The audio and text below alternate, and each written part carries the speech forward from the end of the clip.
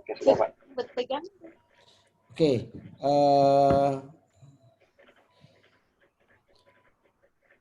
Jadi leadership ini bukan hanya untuk seorang leader, gitu ya.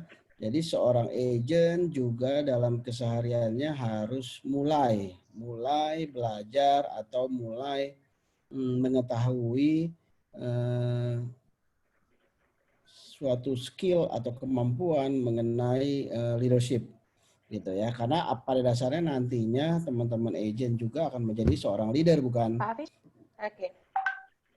Ya, jadinya teman-teman harus udah mulai belajar nih gitu. Jadi di acara CEO Talk ini biasanya memang bukan untuk agent baru, tetapi leader atau calon leader yang ikut hadir di acara ini.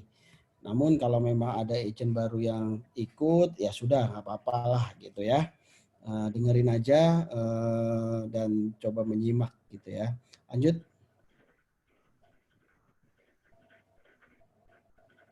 Di chapter 2 ini kita akan membahas suatu hal yang mana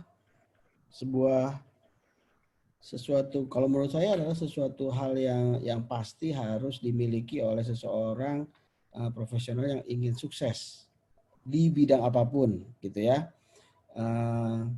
Yaitu di mana kita butuh sebuah leadership ya. Mungkin bila seorang agent pertama-tama mungkin belum memiliki tim, maka dia harus bisa memimpin dirinya sendiri. Gitu. Dalam leadership beberapa hal tidak akan terlepas dari yang pertama adalah berpikir strategis. Ya, artinya contoh seorang agent harus mulai memikirkan strategi apa yang akan dia ambil dalam mencapai tujuannya, gitu ya. Misal contoh, saya punya calon prospek gitu ya, punya calon prospek misalnya di Bekasi, lalu ada lagi di Jakarta Timur, ada lagi di Jakarta Barat, ada lagi di Jakarta Selatan. Tentunya kita harus berpikir taktis gitu ya. Jangan kita harus datengin semua dalam satu hari, mungkin akan susah gitu ya. Tetapi teman-teman mungkin mulai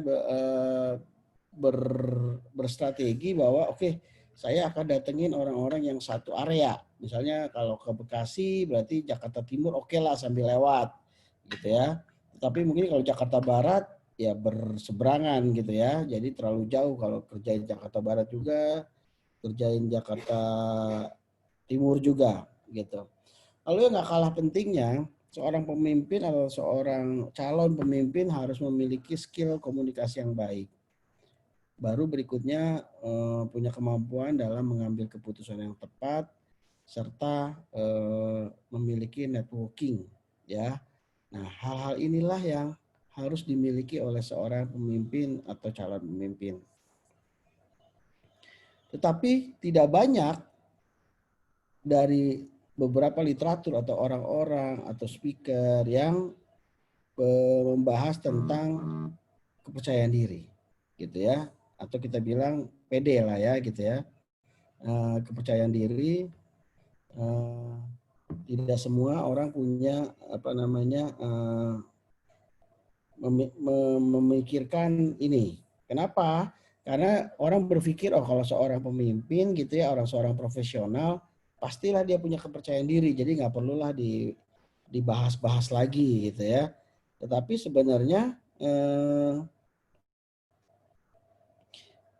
ini sesuatu yang vital ya, kepercayaan diri ini. Karena ini akan menentukan orang tersebut akan sukses atau tidak. Contoh, kayak kita sebagai seorang agent, seringkali banyak terutama agent baru gitu ya, atau ya agent lama juga seringkali bisa jadi kurang percaya diri untuk melangkah misalnya. Mau bertemu prospek gitu ya, misalnya contoh bekas atasan kita gitu ya.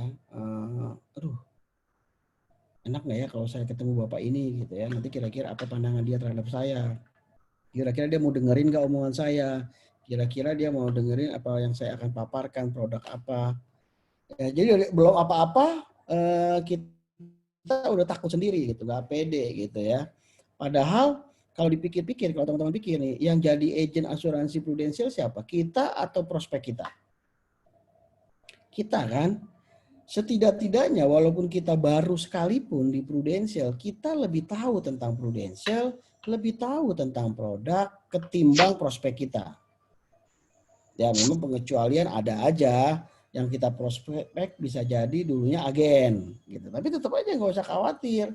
Bisa jadi dia pernah jadi agen udah lama, yang dia ketahui udah nggak update seperti yang kita ketahui hari ini. Jadi teman-teman nggak perlu berkecil hati atau mungkin aduh takut menghadapi seseorang ini gitu kan. Jangan, teman-teman nggak usah perlu takut seperti itu. Jadi ya udah ini aja, yakin aja bahwa yang akan teman-teman sampaikan mungkin dia pasti tidak pernah tahu gitu ya. Artinya dalam hal ini teman-teman yang lebih tahu gitu ketimbang prospek kita. Nah, jadi ini sebenarnya yang sangat basic. Kalau teman-teman mau sukses di bidang apapun, teman-teman perlu percaya diri gitu ya. Oke, lanjut.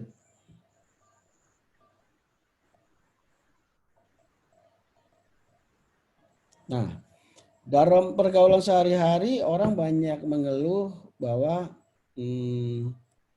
leader yang paling mapan sekalipun seringkali terlihat tidak percaya diri. Ya, terutama kalau dia bertemu seseorang yang menurut dia kalibernya di atas dia. Gitu ya.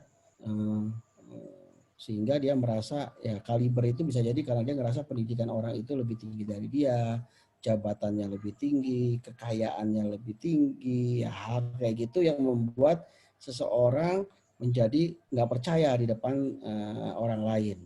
Nah, seringkali ketidakpedean ini akan malah merugikan kita, ya. Ada seseorang yang bernama Steve Kerr, seorang pelatih bola basket yang terkenal di Amerika ya. Dia bilang, as a leader, one of thing that's most important is to know your team needs to see you as confident. Jadi gini, sebagai seorang pemimpin, salah satu hal yang paling utama atau paling penting adalah bagaimana mengetahui bagaimana tim kita tahu kita percaya diri melebihi mereka. Sama kayak orang di pasukan juga gitu, perang ya, orang mau perang biasanya anak buah itu nunggu pemimpinnya gitu ya. Kalau pemimpinnya semangat gitu ya, maju di depan, maka pasukannya juga akan jadi lebih percaya diri sehingga mereka juga jadi berani mati. Sama juga dengan bisnis ini. Saat seorang leader tidak menunjukkan kepercayaan dirinya, orang yang dipimpinnya juga akan jadi bingung gitu ya. Akan jadi bingung gitu. Ini sebenarnya gue mau dibawa kemana nih? Gitu. Nah, untuk itu akan ada berbagai banyak hal ya. Ini setiap orang yang satu dengan yang lain berbeda-beda. Maksudnya gini, dalam hal memupuk kepercayaan diri. Ada orang yang kalau misalnya dia mencapai posisi tertentu, misalnya kalau tadinya agen kayaknya kurang pede, tapi pas sudah menjadi agency director lebih pede. Ya memang tidak saya pungkiri itu bisa terjadi gitu ya. Kebanyakan bisa seperti itu. Namun masa kita harus menunggu menjadi agency director baru percaya diri? Sementara percaya diri ini kita butuhkan agar kita mencapai jenjang yang di atas ini gitu. Melangkah dari agent menjadi leader. Nah, untuk itu makanya kenapa teman-teman harus bisa menjadikan bahkan hal yang seremeh apapun membuat kita lebih percaya diri. Misal, ya udah walaupun dia bekas bos saya, tapi kan dia bukan agen prudensial. Saya yang agen, paling enggak dia nggak tahu. Dia belum tahu tuh, dia nggak ngerti apa namanya ProPrime Healthcare, dia nggak ngerti. Pastikan saya yang ngerti. Jadi ya sudah gitu. Ya hal kayak gitu-gitu yang harusnya walaupun itu sepele kelihatannya, tetapi asal itu bisa membuat kita lebih percaya diri di depan seseorang, itu penting. Karena gini teman-teman, pengalaman saya saat kita prospek ya, Kalau orang Betawi bilang gini, kalau ketika ketemu orang, kalau kita udah kalah angin duluan, ya sudah, kita nggak akan bisa memimpin pembicaraan, kita tidak akan bisa mengarahkan seseorang yang kita temui itu untuk mengikuti apa yang kita mau, gitu ya. Makanya kenapa kebanyakan saat kita bertemu seseorang, banyak orang mencoba apa namanya menggantungkan kepercayaan dirinya kepada sesuatu. Bisa jadi dengan memakai pakaian yang bagus, gitu ya. Maka orang akan lebih percaya diri. Oh ya, pakaian bagus. Atau memakai pakaian yang mungkin bermerek, ya, seperti itu. Nah, coba tolong teman-teman bisa di-chat, teman-teman lebih percaya diri kala bagaimana? Boleh nggak? Saya mau lihat. Tolong teman-teman chat. Oh ya, saya lebih percaya diri kalau saya pakai pakaian bagus atau saya pegang gadget yang terbaru atau apa. Saya mau dengar. Silakan teman-teman coba di chat sebelum kita bahas lebih lanjut.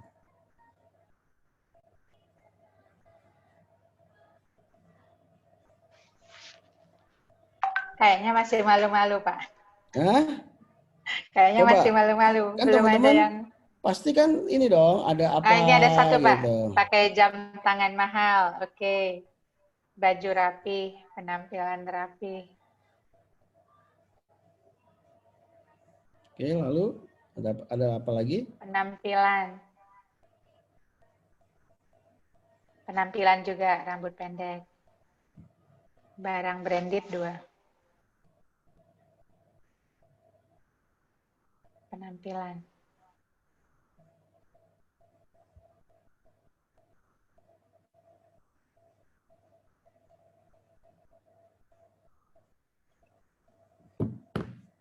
Hampir semua kayaknya penampilan ya, Pak Afi. Ya, misalnya penampilan. Memang nggak dipungkiri teman-teman, penampilan itu memang ikut salah satu faktor yang membuat seseorang lebih percaya diri. Saya juga pernah dalam suatu kejadian, saya saltum gitu ya. Saya lupa ya acara apa waktu itu. Jadi misalnya contoh kayak seminar atau apa, semua orang pada pakai batik. Saya hari itu pakai baju kemeja putih gitu ya. Cilakanya lagi pelayan yang melayani di tempat seminar itu semuanya pakai pakaian putih. Waduh, saya tuh nggak enak banget gitu ya, ngikut acara itu nggak enak banget. Jadi dianggap kayak pelayan gitu kan, yang ngasih makan, ngasih minum, ngasih apa gitu. Ya itu hanya karena salah Kostum. kostum gitu. Nah, jadi padahal misalnya hari itu bisa jadi saya mungkin harus sharing sesuatu gitu ya di acara tersebut, tapi jadi ya udah hilang percaya diri saya. Nah, pakaian merupakan salah satu faktor yang membuat seseorang bisa lebih percaya diri.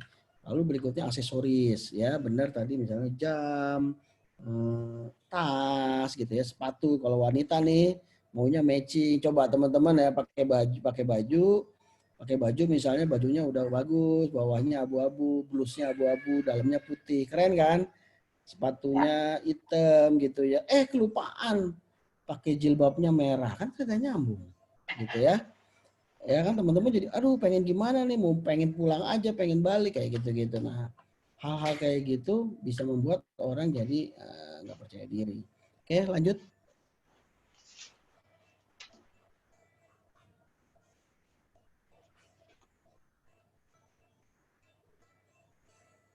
Oke, nah tadi ya.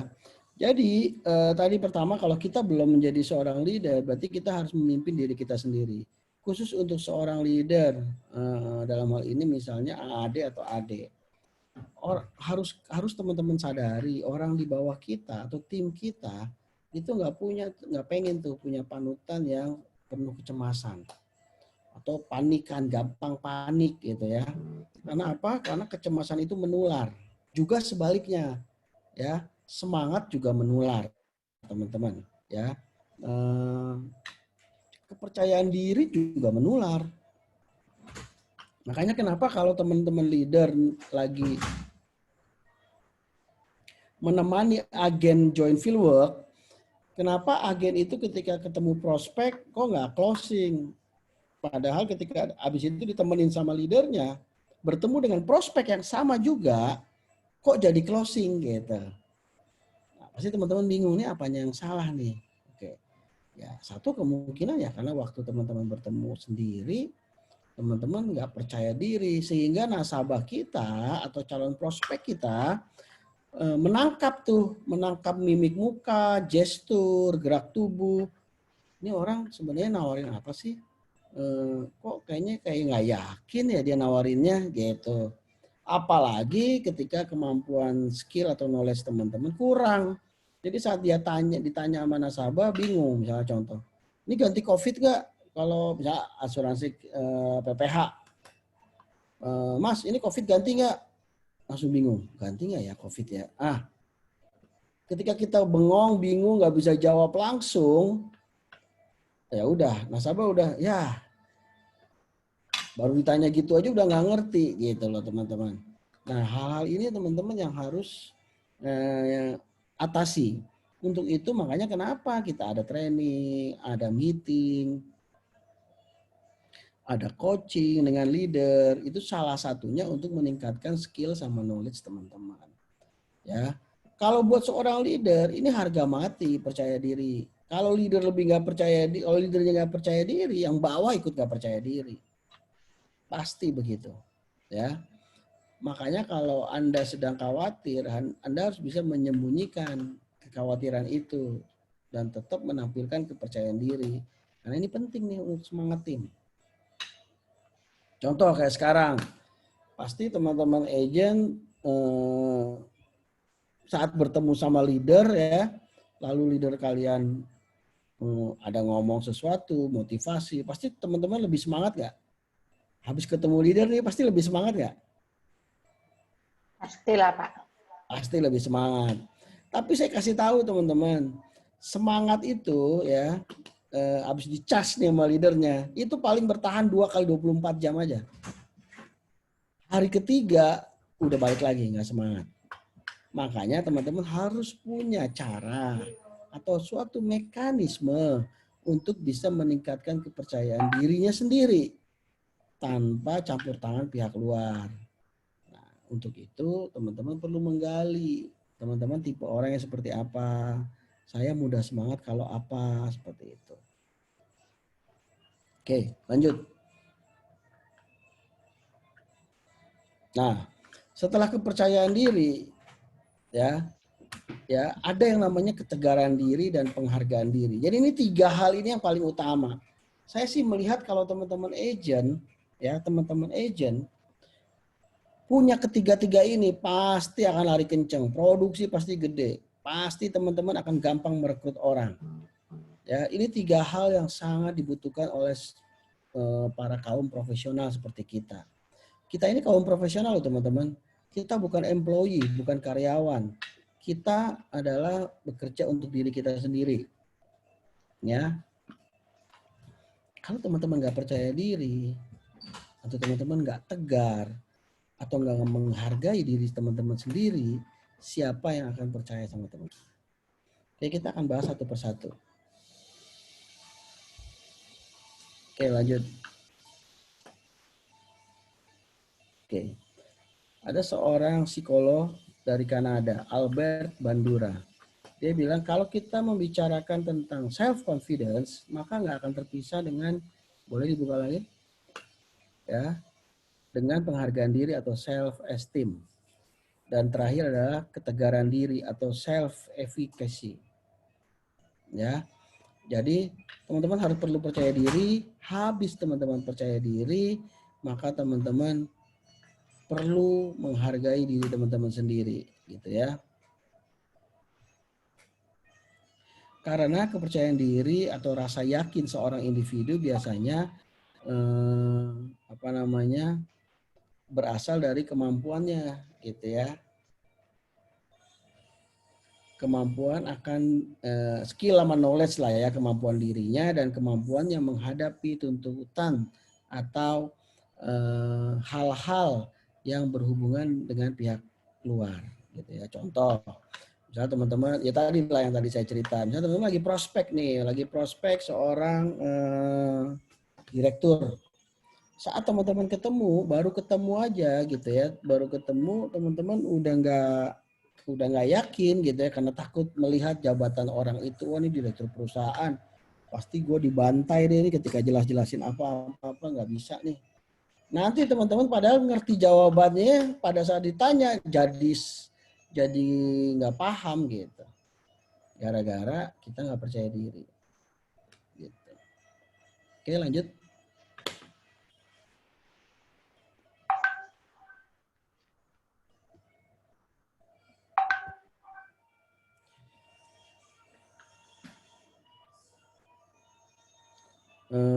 Ali ini kayaknya Windows-nya double deh. Coba deh, ada satu yang coba hilangin deh. Iya, kayaknya. Mungkin yang tadi belum ditutup.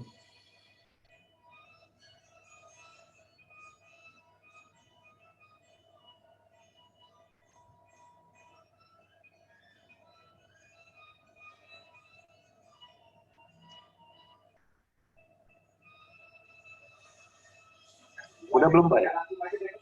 Masih ada nih. Masih ada, Li. Tapi nggak apa lah udah. Apa? Nggak terlalu ini kok mengganggu, masih kebaca kok. Coba Li, ditampilin lagi Li. Oke Pak.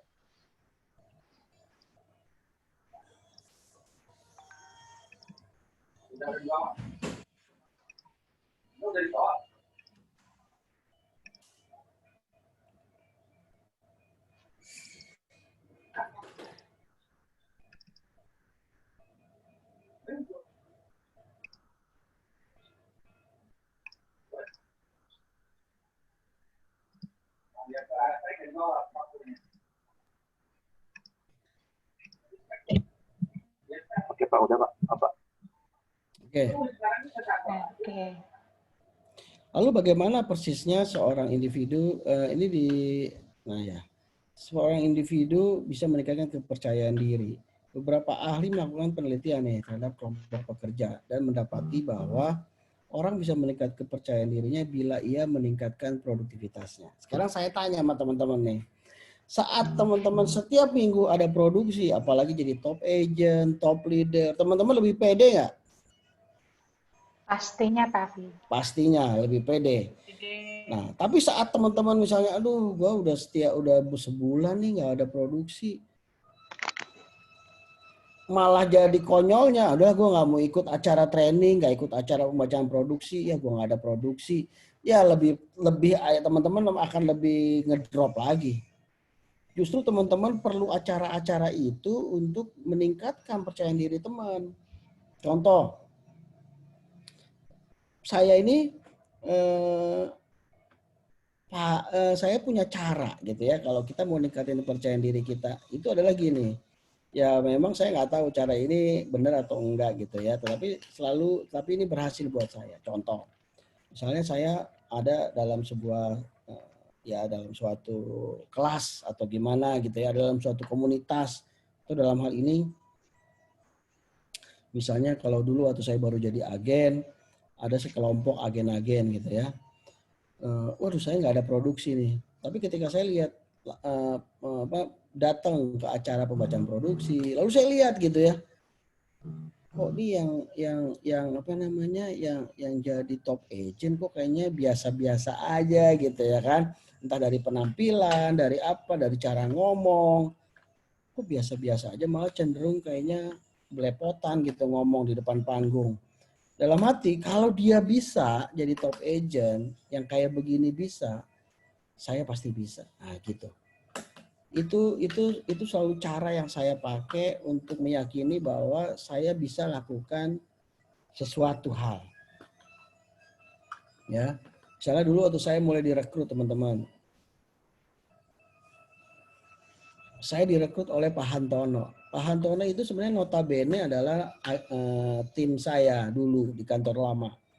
Dia adalah anak buah saya lah, ya. Dia kan kepala cabang, sementara saya general manager yang membawahi kepala cabang, beberapa kepala cabang. Dia cerita, Pak, ini bisnis luar biasa, begini, begini, begini. Dan dia tahu, bukan kelemahannya. Dia tahu cara saya meyakinkan diri saya pribadi, dia tahu. Sehingga dia bilang begini sama saya, waktu dia merekrut saya. Pak, gua aja, Pak, yang cuma kepala cabang aja bisa jalanin prudensial, apalagi lu, Pak, yang GM. Gitu ya. Dengan cara dia ngomong kayak begitu, saya dalam hati, iya juga. Lah, buktinya di kantor saya jadi bosnya.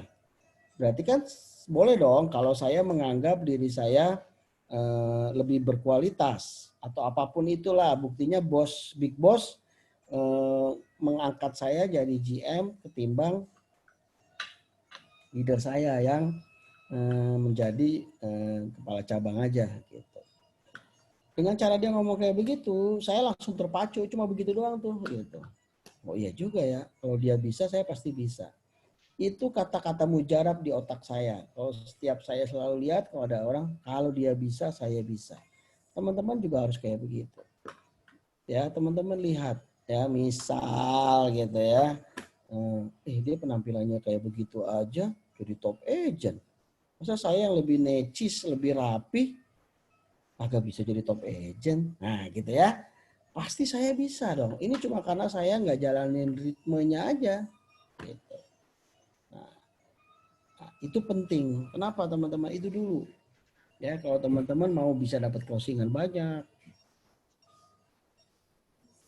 mau bisa dapat rekrutan banyak, kuncinya satu, percaya diri. Saat teman-teman ditanya, emang bisnis ini income-nya bisa 100 juta? Lu bilang bisnisnya 100 juta. Emang income-nya udah berapa? Kalau kita nggak pede, kita akan bilang, ya gue juga nggak tahu sih ya, apakah bisa, apakah gitu. Itu kan cuma katanya. Hah? Orang yang mau kita rekrut mau ikut nggak? Selesai udah, Pak. Selesai udah. Padahal kita tinggal bilang, iya hari ini gue belum, tapi gue akan buktikan. Kan secara sistem katanya 4 tahun. Gue kan baru setahun di sini. Ya belum dong gitu. Makanya daripada lu tunggu gua 4 tahun, gua tunggu 100 juta baru lu mau join, kan selisih waktu kita bisa 4 tahun. Mendingan lu join dari sekarang. Berarti selisih kita setahun. Jadi 3 tahun lagi. Saat gua 100 juta, lu udah 60 juta. Gimana? Gitu teman-teman. Ya, itu adalah bentuk percayaan diri. Padahal mungkin hari itu income kita baru 4 juta atau baru 3 juta. Tapi ngomong begitu aja teman-teman.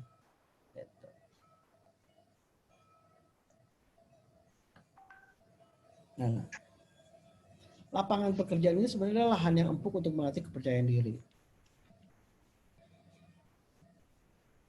Seseorang yang merasa berhasil pasti akan mampu menumbuk keyakinannya dan itu akan merupakan vitamin.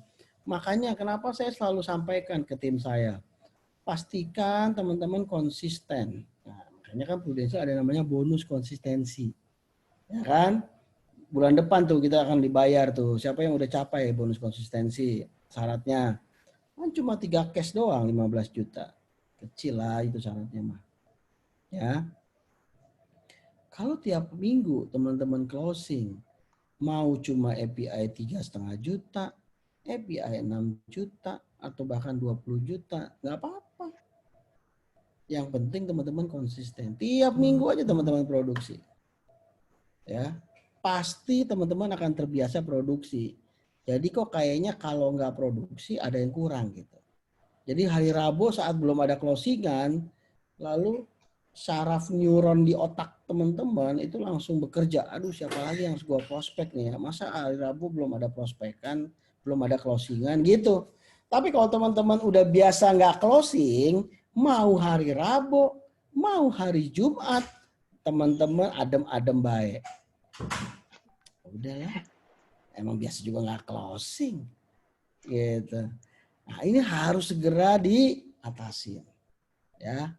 Makanya teman-teman mungkin kalau teman-teman lihat nih, terutama para leader nih ya yang udah lama, teman-teman lihat deh yang Star Club, orangnya kan itu aja. Kalau tahun lalu Star Club, tahun ini Star Club lagi, ya nggak? Tahu kenapa? Betul, Pak. Alasannya apa? Ketagihan.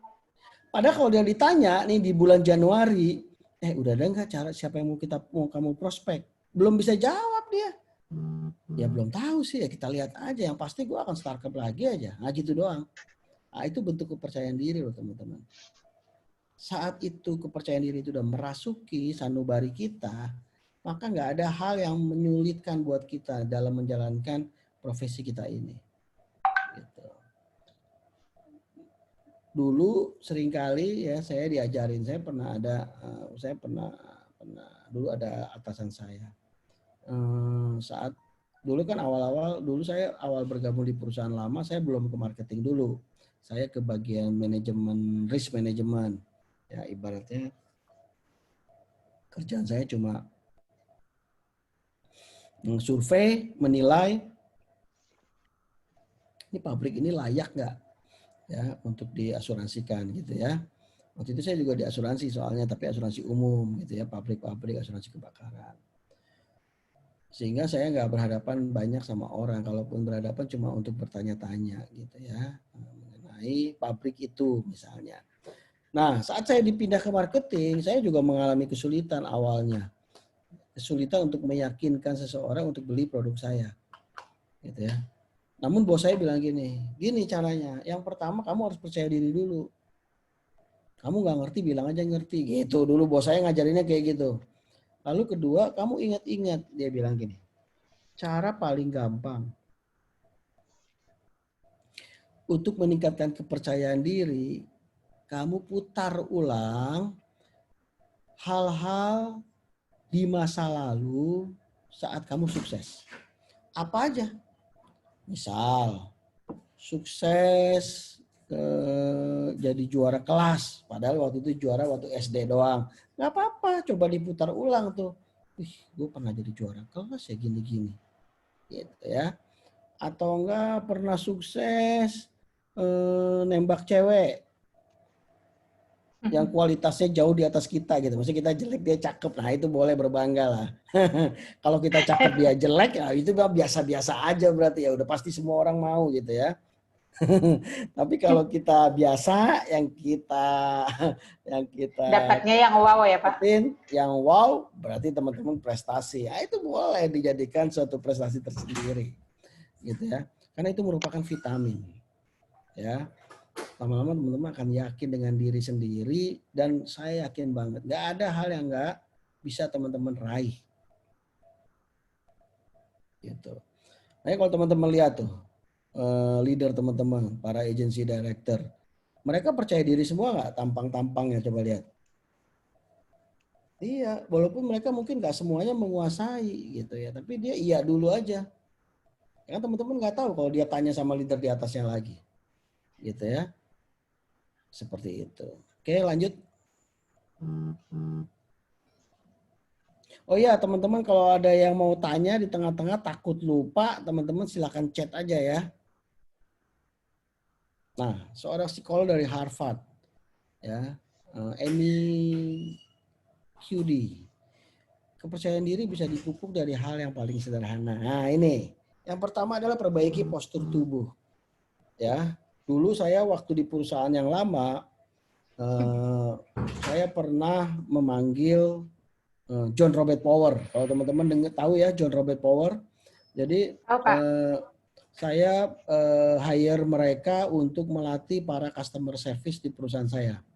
Gitu ya, di kantor saya yang lama, saya ingin memperbaiki ya customer service, meningkatkan kualitas para customer service kita. Kita diajarin tuh untuk memperbaiki postur tubuh. Yang saya ingat tuh salah satunya kita diajari suruh jalan, kepala kita ditaruh kayak kamus. Di kepala ditaruh kamus, terus kita suruh jalan, kamusnya nggak boleh jatuh. Ya. Untuk memperbaiki postur tubuh kita. Lalu saat duduk diajarin, duduk aja juga beda gitu ya. Duduk harus tegak gitu ya.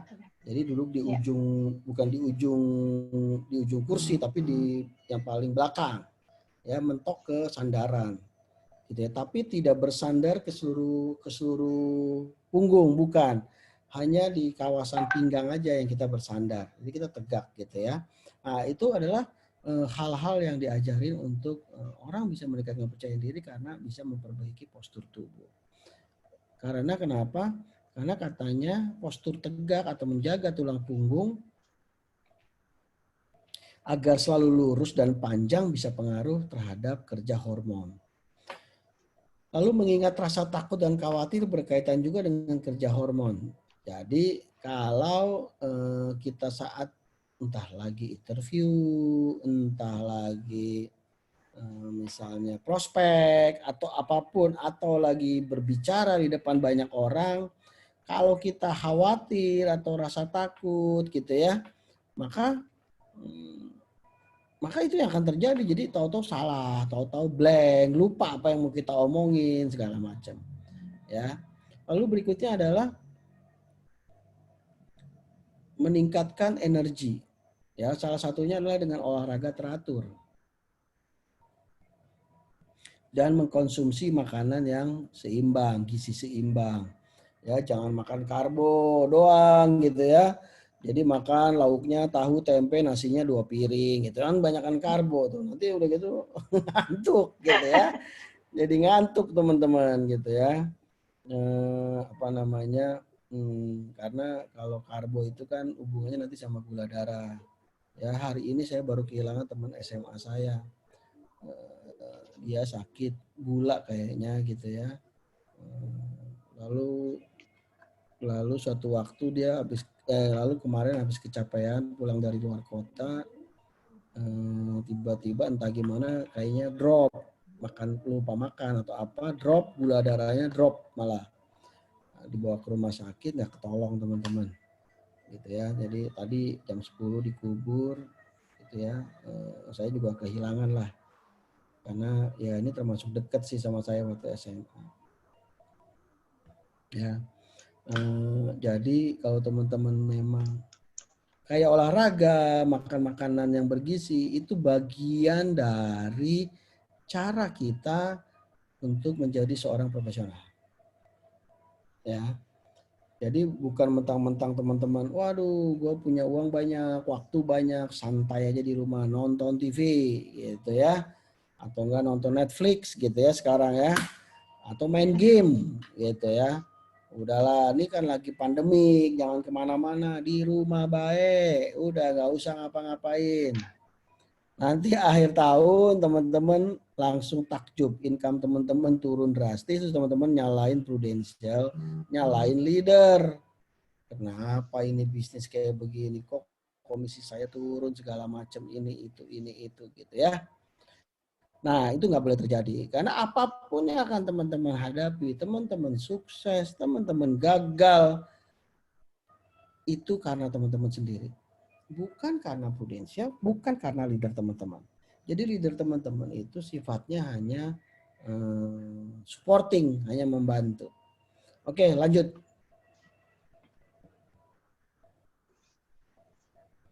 Nah, hal kedua yang harus kita lakukan ya. Tadi yang pertama tadi kan kayak olahraga teratur, merubah postur tubuh gitu ya. Lalu yang kedua adalah berlatih meningkatkan kesadaran. Ini yang katanya yang orang selalu bilang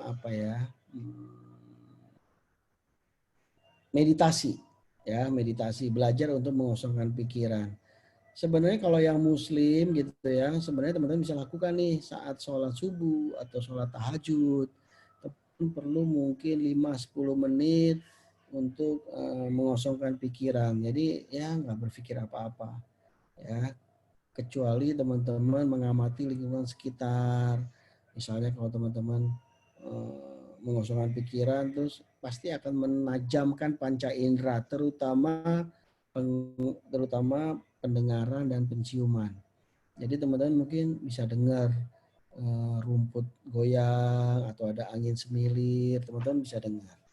Lalu dengan olah nafas yang baik, kita akan bisa berkawan dengan diri sendiri dan menerima diri yang akhirnya akan tentunya bisa meningkatkan self esteem kita, penghargaan terhadap diri. Ya. Kalau bukan teman-teman yang bangga sama diri sendiri, siapa yang mau bangga-banggain? Ya, apalagi kalau yang masih single nih. Paling yang bangga-banggain ibunya. Ya, kita mau jelek kayak apa, ibu kita pasti bilang kita cakep. Ya kan, kita bodoh kayak apa, nggak pernah naik. Ibu kita bilang, soalnya dia disayang guru, makanya nggak boleh naik gitu. Ya, nah makanya kenapa teman-teman perlu nih. Ya, ini satu latihan, latihan yang bisa teman-teman lakukan. Kalau saya biasanya menjelang tidur, ya. Saya biasa kalau menjelang tidur saya baca, makanya ada buku di samping tempat tidur saya gitu ya. Nah, pada saat baca udah agak ngantuk-ngantuk gitu ya. Saya biasanya letakin buku terus mulai hening. Ya, mulai hening, mulai kosongin pikiran, dari mulai awal mengingat hari ini saya ngapain aja sampai kita kosongin pikiran kita. Lalu kita akan dengar tuh nafas kita. Gitu. Itu latihan meditasi. Gak usah lama-lama, 10 menit juga cukup. Ya, 5-10 menit. Oke, lanjut. Hal yang ketiga adalah penguatan fisik. Ya, kita harus memikirkan kapasitas energi kita. Juga memahami bahwa stres bisa membuat kita waspada. Ya, kalau kita menjadi waspada akan mengeluarkan energi yang lebih. Ya, makanya kenapa teman-teman harus bisa merubah kata-kata yang negatif menjadi kata-kata yang menyemangati. Ya, jadi singkirkanlah kata-kata membandingkan diri kita dengan orang lain. Karena kalau kita selalu bandingin diri kita dengan orang lain, kalau kita yang dibandinginnya yang menang, lah kalau kita yang dibandingin yang kalah, teman-teman tambah terpuruk gitu ya. Nah, masing-masing orang punya kelemahan, kelebihannya masing-masing. Ya, ada orang yang dibekali, wah jago jualan, tapi mungkin komunikasi skillnya agak kurang, sehingga mungkin leadershipnya kurang. Misal, ya memang ada juga yang jualannya jago, leadership jago, ya ada banyak juga gitu ya. Tetapi tentunya itu perlu pembelajaran, perlu waktu untuk teman-teman bisa kuasai semuanya. Oke, ya ini kalau untuk kapasitas energi yang udah pasti olahraga tadi ya. Lalu berikutnya yang keempat,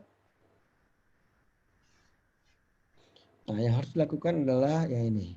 Kita harus bisa memvisualisasikan keadaan di mana kita lebih pede. Contoh dalam kaitannya dengan bisnis kita. Kita harus ingat-ingat nih saat kita misalnya kemarin naik panggung sebagai seorang agency director atau naik panggung sebagai startup qualifier atau bahkan naik panggung karena menjadi top agent, top leader, top agent of the week, top agent of the month gitu ya. Itu harus kita visualisasikan diri gitu kan. Rasakan kenyamanannya saat kita ada di situasi itu dan kita tarik kembali ke saat ini. Nah, jadikan situasi ini tujuan kita sehingga kita bisa buat sasaran yang konkret dan lebih baik. Ya.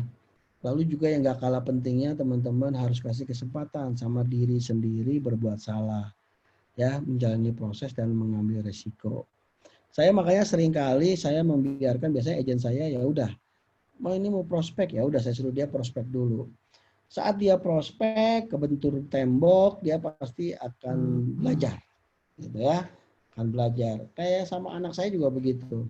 Anak saya kadang yang paling kecil ini energinya banyak banget, lompat sana lompat sini apa-apa, dibilangin sekali nggak mau berhenti, ya udah saya diemin aja. Nanti kepentok baru dia nangis, baru saya bilang tuh kan makanya jangan ini gitu, ini udah malam apa segala ya kayak gitu.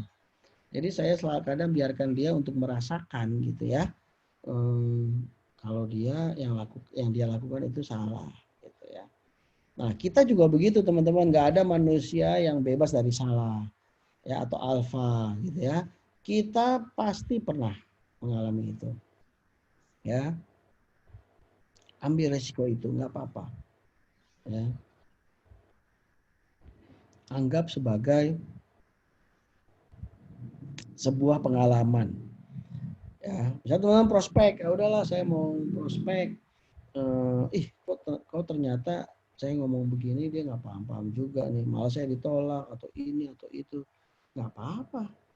Atau kita mungkin kita salah lakukan sesuatu, ya asal teman-teman akui, lalu teman-teman coba perbaiki, ya.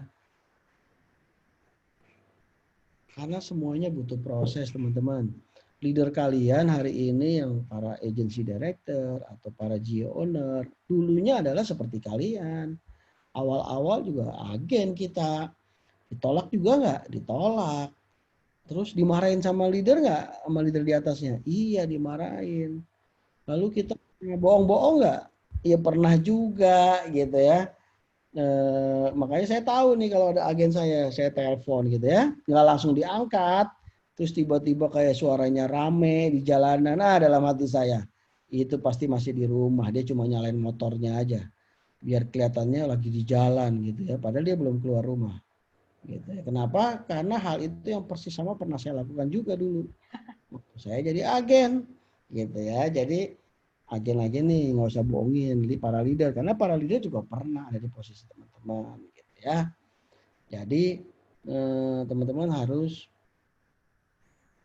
kasih kesempatan sama diri sendiri. Berbuat salah, perbaikin. Berbuat salah, perbaikin. Ya cuma ya juga jangan setiap saat salah terus gitu ya. Harus belajar dari kesalahannya. Oke, lanjut yang kelima. Yang harus kita lakukan untuk meningkatkan kepercayaan diri adalah kita harus rutin mengatakan hal-hal positif pada diri sendiri. Nah, ini namanya apa? Ya, edifikasi diri, gitu ya. Atau ya kalau prakteknya itu tiap pagi teman-teman lihat di cermin, gitu ya. Lihat di cermin, ya self talk ya, lihat di cermin bahwa bilang, hai orang yang ada di cermin, kamu adalah seorang pribadi yang baik, pribadi yang tangguh, dan dicintai banyak orang. Sehingga ketika kamu berbicara, orang percaya dengan apa yang kamu bicarakan. Gitu ya. Harus yakin sama diri sendiri. Makanya banyak orang, makanya hari ini nih ya, teman-teman tahu nggak, industri obat kurus sama pemutih itu paling laku di dunia.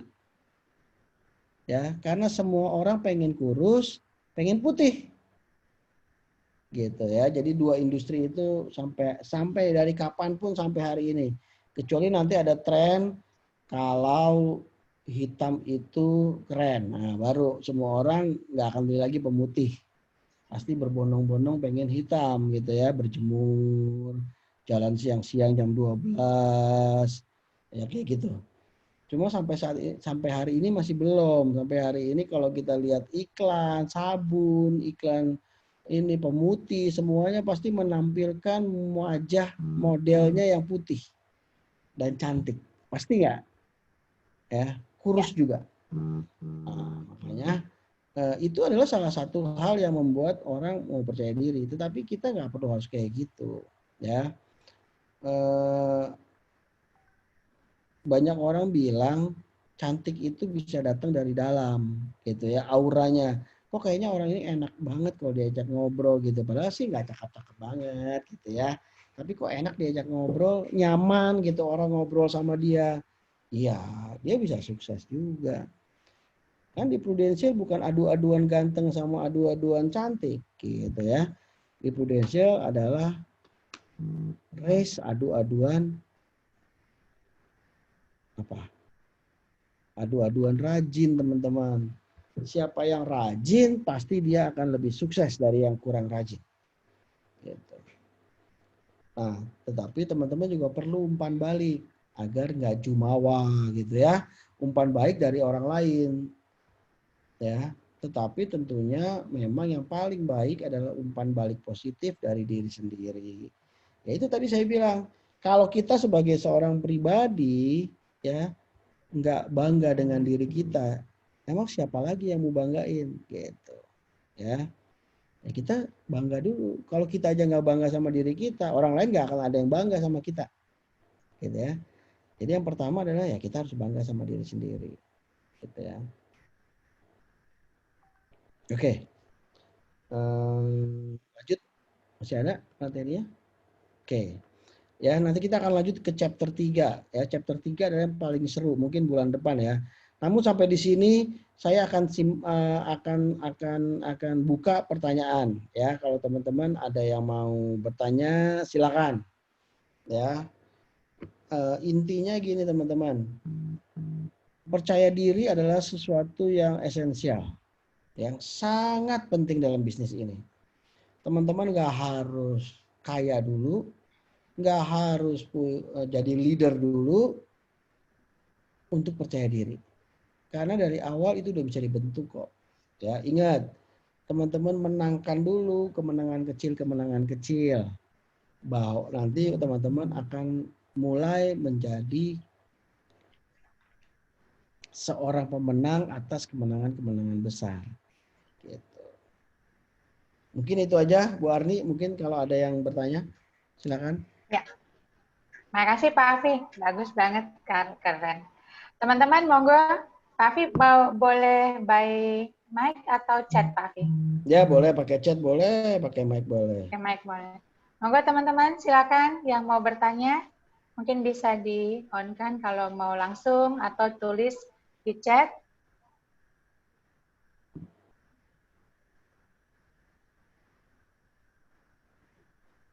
Kalau nggak ada yang nanya, saya lagi deh Pak yang nanya.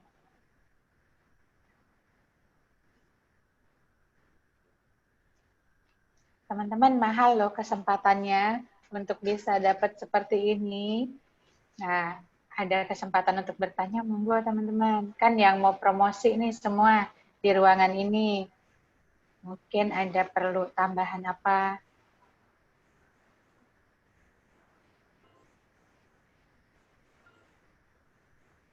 Apa jangan-jangan tinggal kita berdua ya Pak? Kayaknya sih enggak sih, ada kok, ini banyak.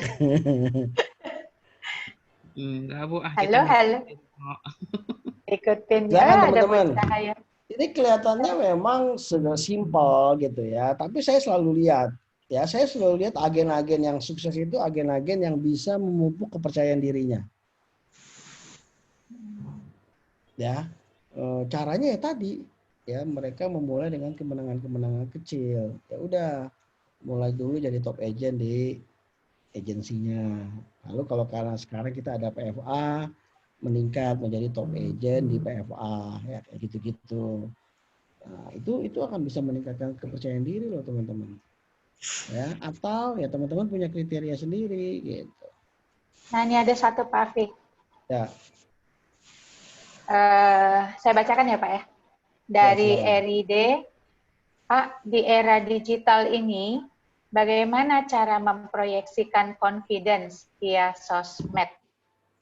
Dari Pak Eri. Oke. Ya. Era digital ini kan sosial media macam-macam gitu ya. Seringkali gini, kalau yang umur-umuran kayak saya gini gitu ya, 40 ke atas, mungkin kebanyakan teman-teman kita ada di Facebook. Tapi kalau untuk anak-anak milenial, kebanyakan ada di Instagram, ya, ada di Instagram. Sehingga teman-teman perlu memilih media sosial yang sesuai, atau teman-teman bisa eksis di semua media sosial tadi. Bagaimana caranya? Ya tadi, yang pertama, teman-teman kan sekarang apa? Agen asuransi, agen prudensial, ya. Apa sih gambaran yang ideal untuk seorang agen prudensial? Teman-teman kan punya dua pekerjaan. Yang pertama adalah prospecting, kedua recruiting. Ya, jadi teman-teman perlu mendapatkan nasabah atau perlu mendapatkan agent. Oke. Nah, di media sosial teman-teman bisa nih coba untuk share, ya, share tentang contoh. Teman-teman memposisikan diri sebagai seorang agent profesional. Maka teman-teman boleh nih share materi artikel-artikel tentang keuangan gitu ya, tentang asuransi, lalu tentang motivasi, kata-kata motivasi, tentang artikel-artikel yang membuat yang akan berguna buat orang lain gitu ya, tentang self help gitu ya. artikel-artikel tentang membantu diri sendiri, hal-hal kayak gitu. Lalu sebagai agent teman-teman juga boleh nih, makanya kan pasti teman-teman yang kalau yang agen yang udah senior gitu ya, atau seorang leader pastinya pernah urus klaim nasabah kan, pasti. Nah, ambil momen itu. Jadi teman-teman saat datang ke rumah sakit, urus klaim nasabah, teman-teman misal foto gitu ya, atau teman-teman nanti misalnya udah selesai klaimnya teman-teman WA, gimana layanan rumah sakitnya gimana, misalnya kayak gitu. Ada kesulitan nggak atau apa, nanti dia jawab, oh thank you ya lu udah bantuin gua gini gini. Teman-teman boleh capture, teman-teman taruh di medsos teman-teman gitu ya, bahwa teman-teman udah berhasil membantu orang lain di luaran sana. Atau kalau ada klaim yang teman-teman udah selesaikan, ya, teman-teman mintalah testimoni dari nasabah teman-teman. Itu juga boleh. Biasanya orang yang nasabah yang udah kita bantu, pastinya mau lah menulis testimoni itu. Contoh dia WA aja, thank you Eri, lu udah bantuin gua gitu dari mulai masuk rumah sakit sampai keluar rumah sakit. Gua nggak tahu kalau nggak ada lu gitu ya. Prudential bayar semua loh. Gua habis 35 juta, semuanya dibayar 100%. Nah, itu di capture, boleh ditaruh gitu ya kan. Senang sekali hari ini mendapat hal baik dari nasabah saya gitu ya. Sehingga kalau teman-teman rutin lakukan kayak begitu, orang lain akan melihat, oh, ini Eri ini agen profesional nih, dia bantuin nasabah banget gitu ya. Jadi tadinya orang-orang atau teman-teman kita yang tadinya kita pernah prospek dan belum mau, akhirnya akan tergugah. Besok-besok gue kalau beli polis mendingan sama Eri. Gitu. Hal-hal semacam itu. Lalu juga misalnya juga teman-teman bisa posting hal-hal yang menunjukkan misalnya sifat humoris teman-teman gitu ya. Lalu juga teman-teman bisa posting hal-hal yang misalnya teman-teman lagi, contoh saya nggak tahu ya, ada ini yang sosial gitu ya, kerja sosial gitu ya, atau seperti apa gitu ya.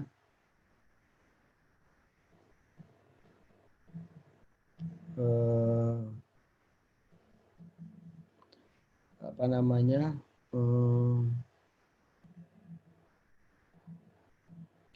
kerja sosial atau misalnya lagi ngunjungin panti asuhan atau apa, itu hal-hal yang perlu gitu ya, bukannya mau ria sih gitu ya, tetapi kan ini adalah bagian dari marketing tools gitu.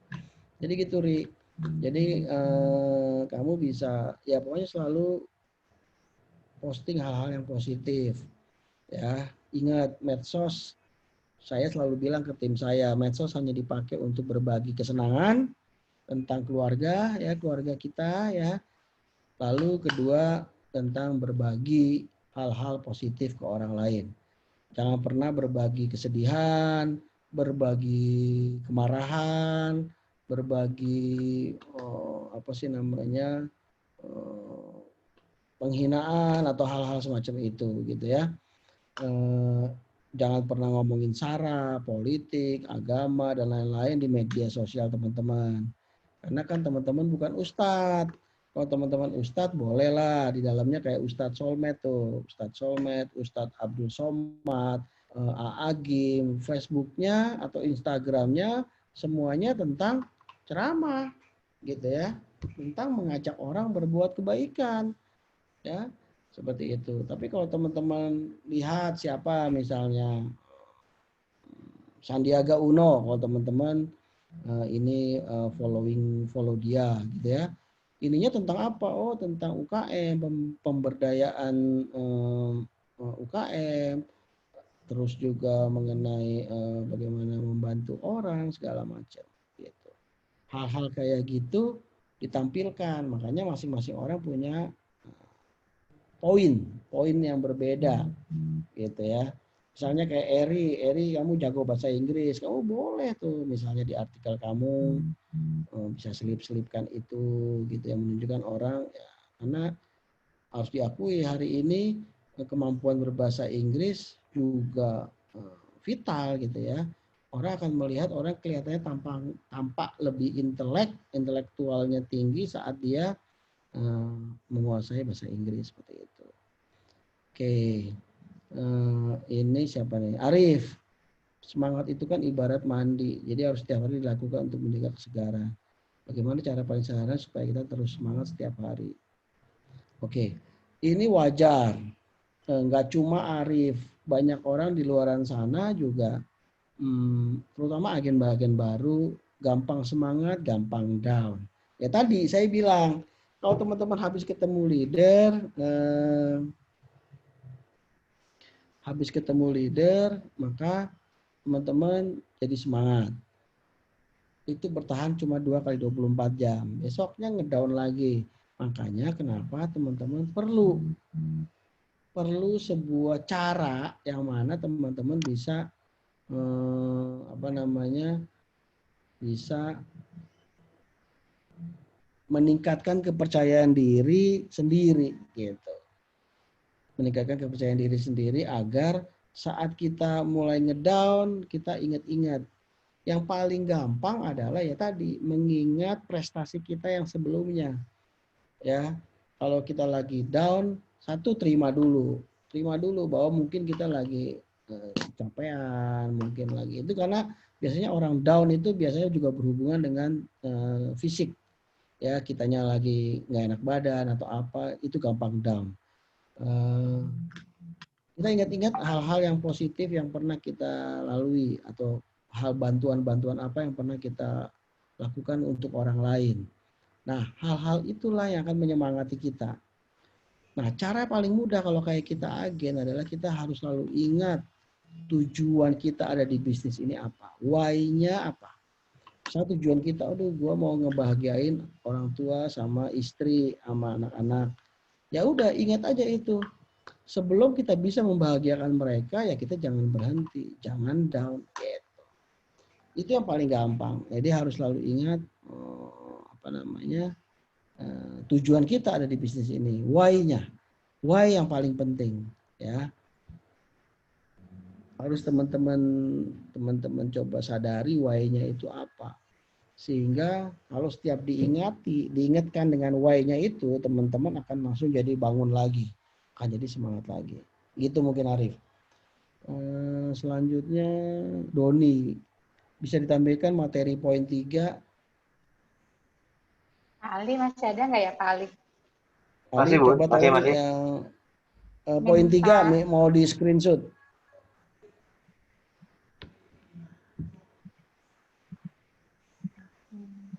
Pak Fit, tanya dong. Boleh siapa nih? Ya, silakan. Hafi ya? Monggo Kang Hafi. Hafiludin. Ya, monggo Kang Hafi, silakan. Iya, tadinya mau di chat tapi susah ini kata-katanya.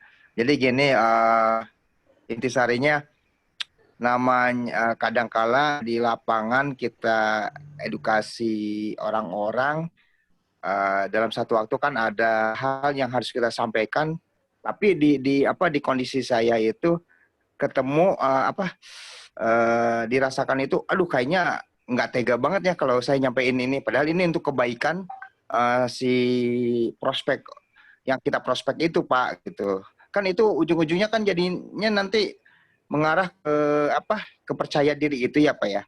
Nah, maksud saya Pak, cara nyikapin atau solusinya itu Pak dari pengalaman Pak Api Pak gitu, supaya saya tidak bisa menghadapi kondisi itu Pak gitu. Itu aja, terima kasih. Sorry Hafi, gimana Hafi?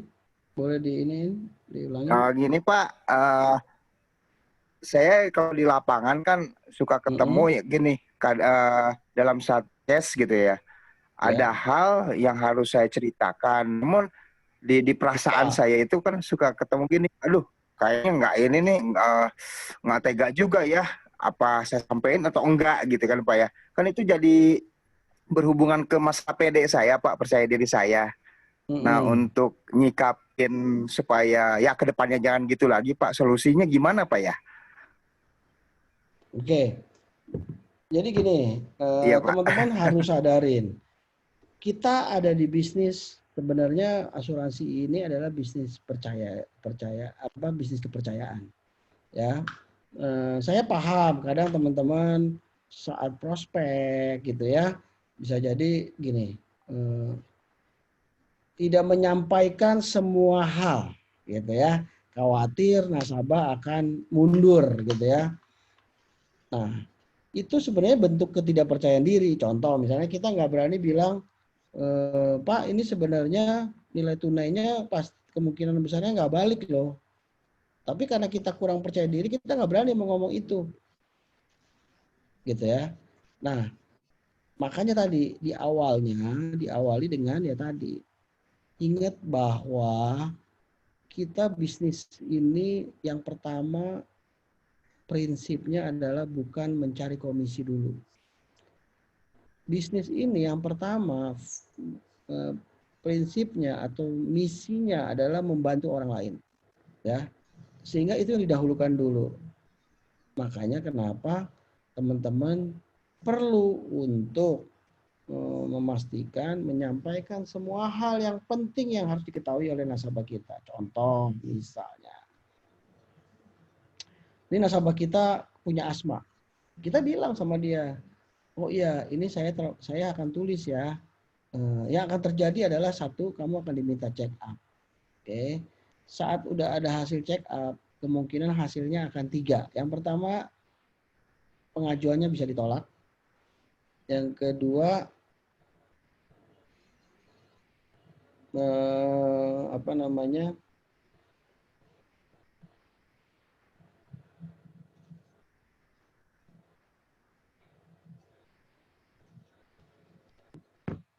yang kedua adalah akan diterima tapi dengan pengecualian atau pengurangan premi. Yang ketiga akan diterima semuanya. Gitu.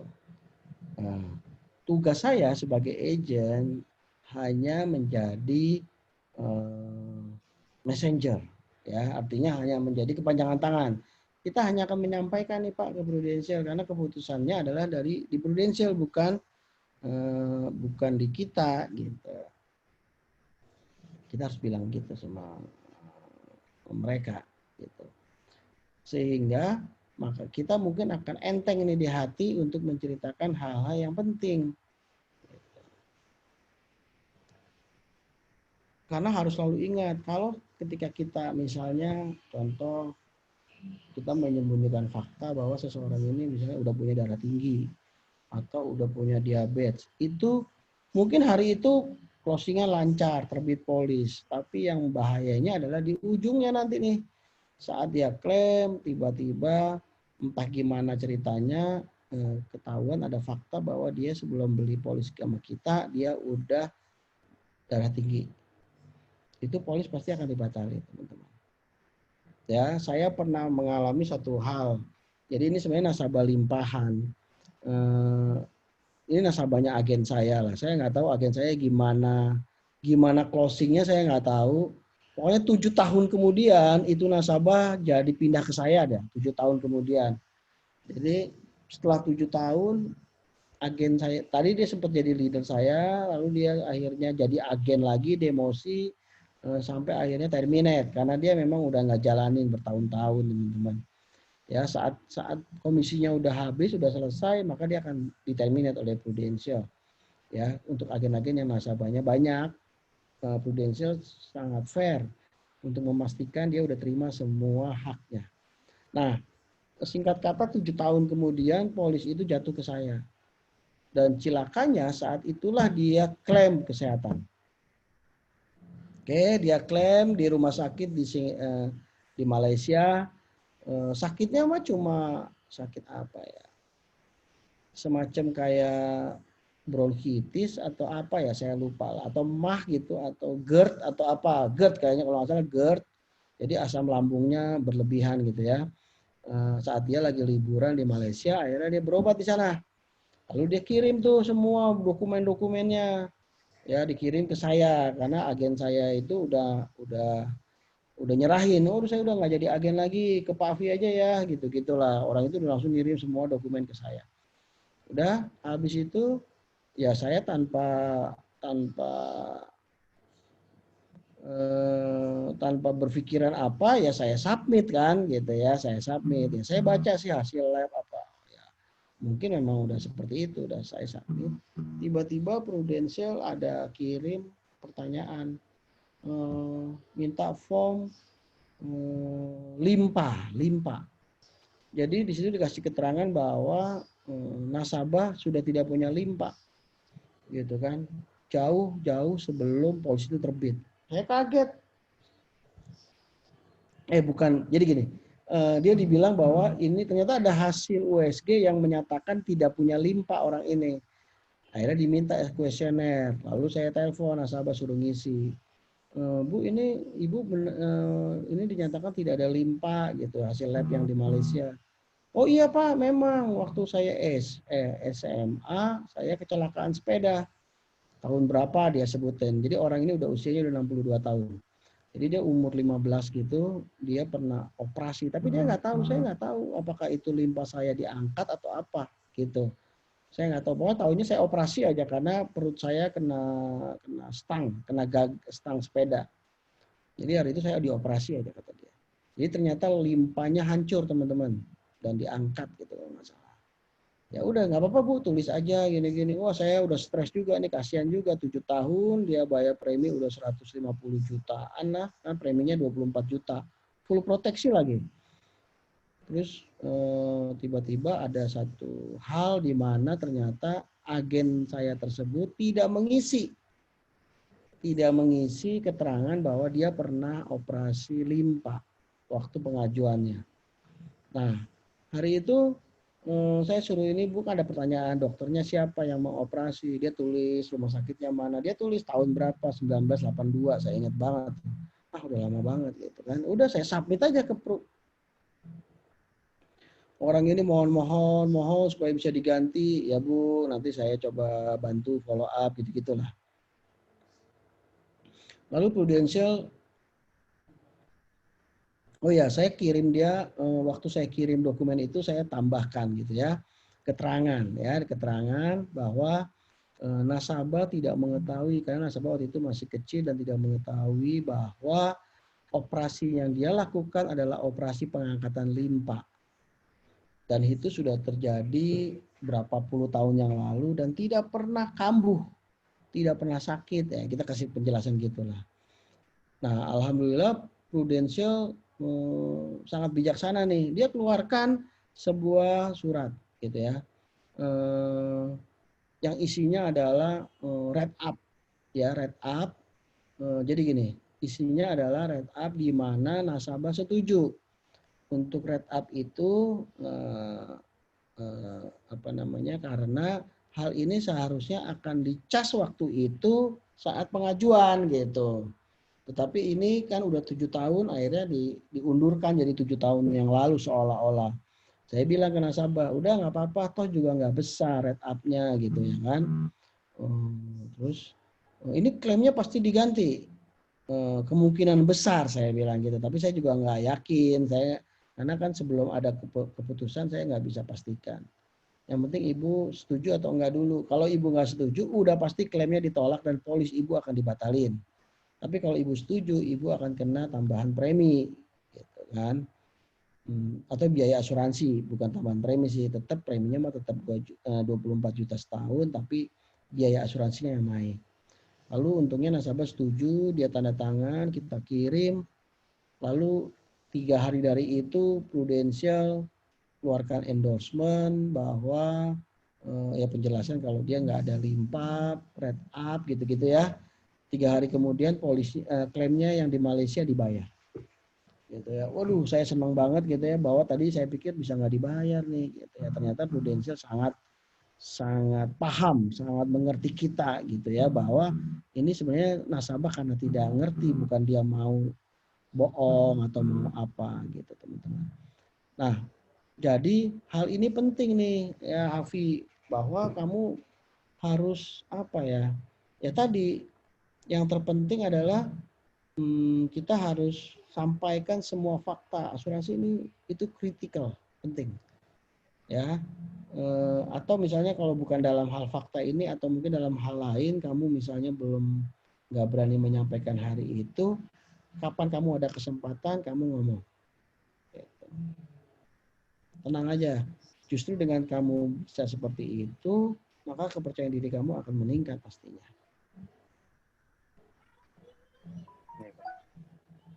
Gitu, Hafi. Oke, mungkin itu aja Bu Arni. Waktu sudah menunjukkan pukul 9. Ya, mudah-mudahan nanti berikutnya kalau ada yang mau ditanya lagi silakan. Kita masih akan ada sesi yang ketiga, chapter 3. Ya, mungkin 3 minggu lagi lah ya. Ya, sebulan sekali kan ya Pak ya? Giliran. Ya, ada 4 giliran. Iya, Ya, 3 minggu lagi mungkin. Ya, silakan Bu. Ya, makasih Pak Afi untuk sharingnya pagi ini. Ya, kalau bisa disimpulkan sedikit ya, mudah-mudahan nggak salah ya Pak. Ada 3 hari ini yang yang diambil Pak Afi, dan satunya dari Steve Kerr, pelatih bola basket, itu tentang pentingnya percaya diri bagi seorang pemimpin. Jadi teman-teman yang mau promosi, itu mulailah berlatih sejak sekarang, boleh kontak dengan leader teman-teman sendiri, dan di samping itu mendengarkan juga training-training, mengikuti supaya lebih meningkatkan rasa percaya diri. Yang kedua dari Albert Bandura, itu psikolog, itu dia lebih kepada bagaimana kita membuat rasa yakin pada diri kita sendiri, pada kemampuan, kapasitas diri sendiri untuk menghadapi tuntunan yang ada maksudnya kerjaan kita di lapangan ya teman-teman, kita harus bisa mengatasi itu. Kemudian yang ketiga dari Emi Kudi, psikolog juga, itu ada 5 ya teman-teman. Satunya olahraga, meditasi, kapasitas energi, kemampuan visualisasikan diri kita untuk lebih pede, dan yang kelima edifikasi diri. Itu mungkin ya Pak Afi ya hari ini ya Pak ya. Gitu. Nah teman-teman, mudah-mudahan apa yang teman-teman dengarkan malam ini, pagi ini maksudnya, kita semua bisa lebih bersemangat.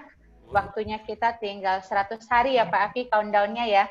100 hari, mudah-mudahan teman-teman bisa capai apa yang teman-teman inginkan, bisa capai apa yang teman-teman mimpikan, dan bisa sampai ke panggung promosi dengan kontes yang maksimal. Terima kasih teman-teman untuk kehadirannya pagi ini. Terima kasih Pak Afi. Terima kasih teman-teman dari DE2, dari Future Inc. dan juga dari PCA. Billahi taufiq wal hidayah. Iya, billahi taufiq wal hidayah. Sama-sama. Wassalamualaikum warahmatullahi taala wabarakatuh. Sampai di chapter 3 teman-teman. Waalaikumsalam. Pagi. Berkarya bersama hati.